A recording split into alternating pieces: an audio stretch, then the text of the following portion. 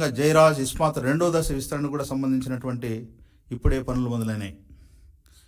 మరి ముఖ్యంగా medical university, AI artificial intelligence university, industrial research park ఏర్పాటుకు సంబంధించి ఎస్ఆర్ఎం యూనివర్సిటీ ఆల్రెడీ ముందుకొచ్చింది.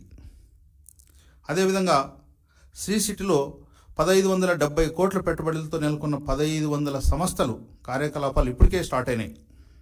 ఈ రకంగా ముఖ్యమంత్రిగా చంద్రబాబు నాయుడు గారు అయిన మరుక్షణమే మరి ఇన్ని కంపెనీస్ క్యూ పట్టాయి. అంటే తెలుగుదేశం ప్రభుత్వం కానీ మరి ముఖ్యమంత్రిగా చంద్రబాబు నాయుడు గారు ఒకే ఉద్దేశం ఏంటంటే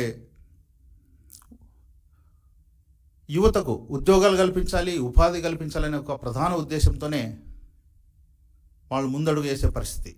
అదే గత ప్రభుత్వం, గత ముఖ్యమంత్రి జగన్ రెడ్డి కేవలం జే ట్యాక్స్ విధించి